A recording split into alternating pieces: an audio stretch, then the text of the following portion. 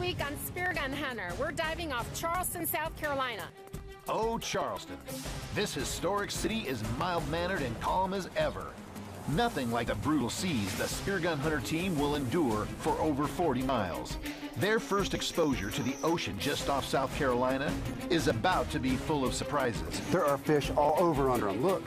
And expert local spearfisher Rob Harding will be our guide. First time in South Carolina waters for Spear Gun Hunter.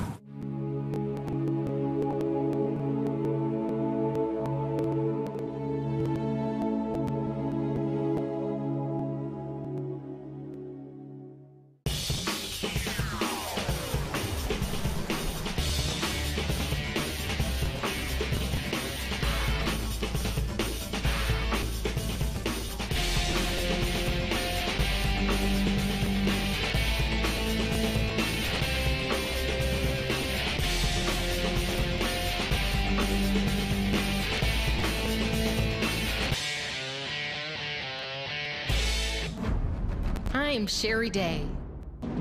I'm a national spearfishing champion and multiple world record holder. And my hunting grounds are the wildest on earth. In the open sea, you never know what will show up. The ocean is full of adventure and serious danger. But I live for the thrill of the hunt.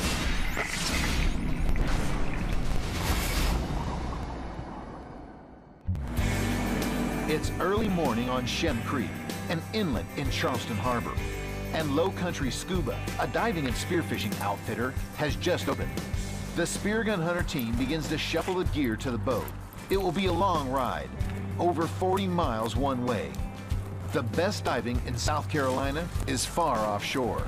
Hey, Spear Gun Hunter fans, welcome to historic Charleston, South Carolina. We're about to head offshore for some of the best spearfishing in the world. And we're going with Rob Harding. He's a friend and local spearfishing expert. Today, he's going to be our tour guide. Over the next 3 shows, you're going to see some of the most exciting reefs and wrecks this area has to offer. And hopefully some big fish. Great. That should be everything. Let's throw off the lines and let's roll out. We're ready. All right. The dock lines are thrown off. We motor slowly away and head for the open ocean, surrounded by beauty and wildlife. Get this, right here. This is something we see the dolphins in Charleston do. They come up on the flats and they'll chase redfish, mullet, and things like that up on the flats, and they put on quite a show here. You'll see them go up and knock the redfish or knock the mullet up on the bank and actually come up on the bank and eat the fish off the mud. It's pretty neat to see. We're not even outside the bay yet, and we're seeing all this life. The porpoises were going crazy chasing the redfish on the flats. It's beautiful here. For Spear Gun Hunter team, this is the first time that we dip our fins in South Carolina waters. And anytime you go somewhere new, you want the very best person you can find to take you out. That's why we're going out with Rob Harding. I first met him a few years ago at tournaments. He's won quite a few. He's very well known in the spearfishing community. The fish he always turned in were gorgeous, big, beautiful hogs, big gag groupers, all kinds of every species he turned in were like the best and most beautiful you've ever seen. So another good reason to go out with the local is they know all the secret spots. In fact, Rob gave me a glimpse of his GPS last night. I couldn't believe how many spots he's got. He's got more spots than a GPS will normally hold, so that gives you an idea. He's been scouting these waters for a long time, and we're really privileged to go out with him. We're on our way out of the harbor here. We've got about a 39-mile run to the spot we're going to free dive first. It should be loaded down with some African pompano and probably a lot of good cobia. That's waves. It's hard. It seems harder to get out here, right? You've got to go between the weather fronts. You've got to run farther. It's more gas. It's absolutely harder, and I think that that's what helps our fishery here too, and helps us out with getting these large hogfish. It's not as easy to dive here, right, as it is in South Florida. Good point. That's kind of nature protecting our own in a way. Absolutely. All right, let's get to fishing. Let's go. Rob throttles up, and as we leave the mouth of Charleston Harbor, the ocean seems fine. But only a few miles offshore, we're met with an angry, confused ocean that will mercilessly pound the Spear Gun Hunter team over the next 3 hours. It's turning out to be a lot rougher today than the forecast predicted, which will sometimes happen. The weatherman, sometimes he lies. So we're getting beat up pretty bad today. That's just the way it is here. Sometimes it is not a joyride to get out there, and I think that's why they have some big fish. Today is going to be a test of physical toughness and endurance, and that's before we get in the water. We're about halfway there. We need to take a little break. This ocean is beating us up. Yeah, I'm glad we got a bigger boat for this trip today, but this beam sea for the direction we're going is just definitely a rough ride. We're glad that the weather's going to flatten out here in the next couple of days. All right, everybody ready to get going again? Ready. All right, let's go. All right.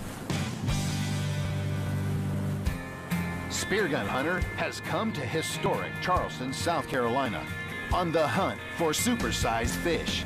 But we are already fighting rough seas as we make our way to the artificial reefs 40 miles out. We are finally out here in 100 feet of water over the Comanche. Rob has told me all about this wreck. People have been taking African pompano and cobias recently, so we expect there to be some good life. Hope to see some big ones. Here's the top of the wreck over here in about 70 feet of water, and you're going to see it's going to drop off to about 105 on the other side. This wreck is the Comanche wreck. It's a 165-foot Coast Guard cutter they sank for the artificial reef program here. It usually holds pretty good fish, some African pompano, cobia, and things like that. Some good free-diveable fish. So I wanted to bring Sherry to come and see if she can get one of these record-size African pompano we have here. First time in South Carolina waters for Spear Gun Hunter. You excited? I'm excited. All right. Right over top of the wreck. We're at 82 feet right here. There's fish under us right now. All right, guys, let's go. All right.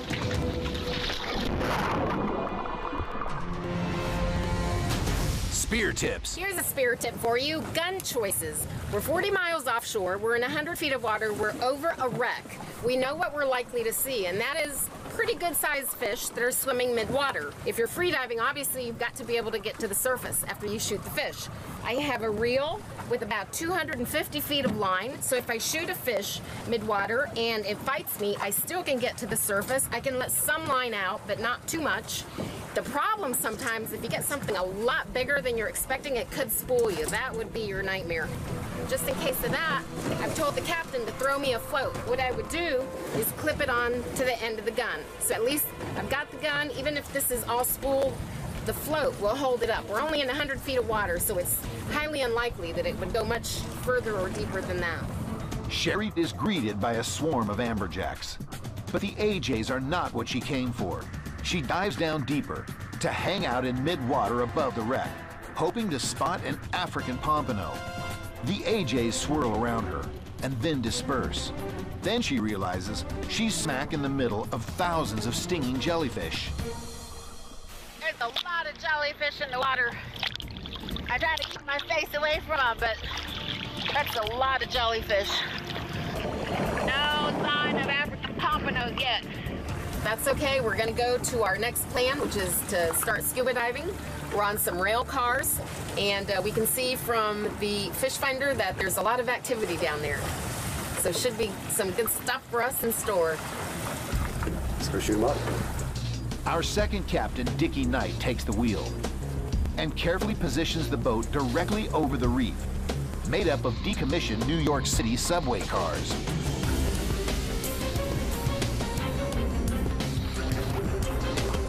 We enter the water. There's a current, so we will not waste any time at the surface, kicking down to the bottom as quickly as we can equalize our ears.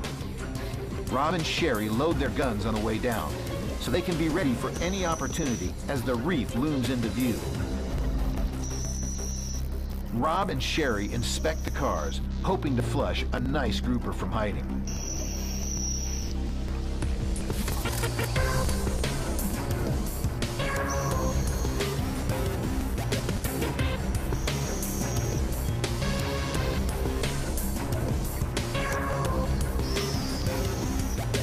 Soon, large amberjack begin to show up, big enough to catch Sherry and Rob's attention.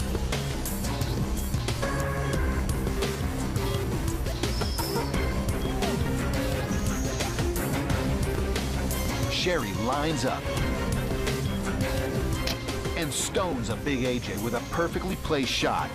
Taking a fish of this size with no fight takes marksmanship and skill acquired over years of spearfishing. But suddenly, our party is crashed by a local thug as a shark charges in to investigate, but decides there are too many of us to feel comfortable and leaves as quickly as it came.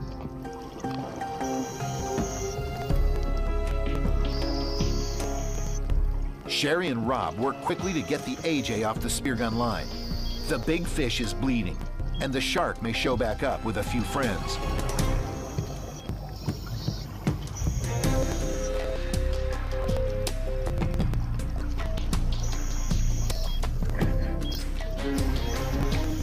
Sherry checks for sharks one more time before attaching a float to the AJ and sending it to the surface.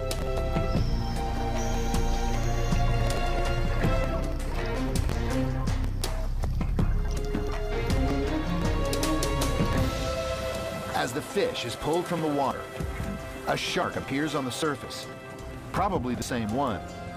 But we're learning to keep our eyes open when we're diving these waters. Big amberjack.